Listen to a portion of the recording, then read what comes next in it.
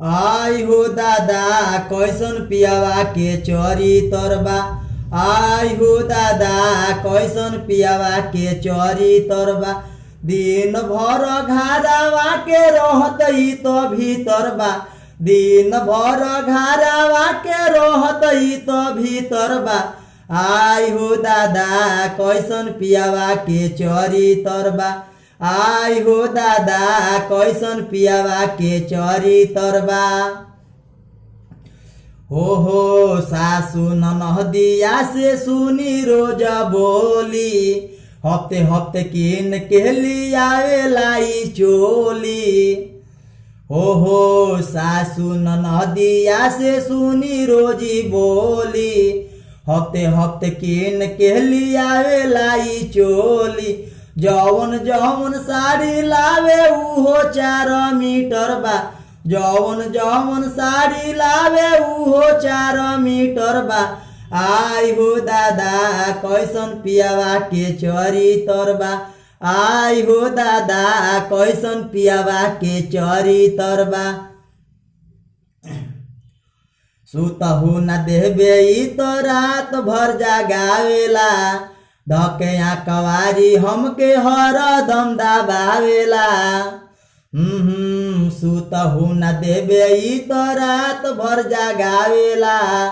धके कवारी हमके हरदम दबावेला। लागोता कि देहिया में फीट एकरा हीटर बा। लागोता कि देहिया में फीट एकरा हीटर बा। आई हो दादा कैसन पियावा के चोरी तरबा। आई हो दादा कैसन पियावा के चोरी तरबा। हो पियावा पवानावा के कैसे समझाई। ये सोची सोची हमरा आवेला रोआई। पियावा पवानावा के कैसे समझाई। ये सोची सोची हमरा आवेला रोआई। एकरे चलते छूटल हमार सब देवता पितर बा। एकरे चलते छूटल हमार सब देवता पितर बा। आई हो दादा कैसन पियावा के चोरी तरबा। आई हो दादा कैसन पियावा के चोरी तरबा। आई हो दादा कैसन पियावा के चोरी तरबा। आई हो दादा कैसन पियावा के चोरी तरबा। दिन भर घरवा के रहतई तो भीतर बा। दिन भर घरवा के रहतई तो भीतर बा। आई हो दादा कैसन पियावा के चोरी तरबा। आई हो दादा कैसन पियावा के चोरी तरबा।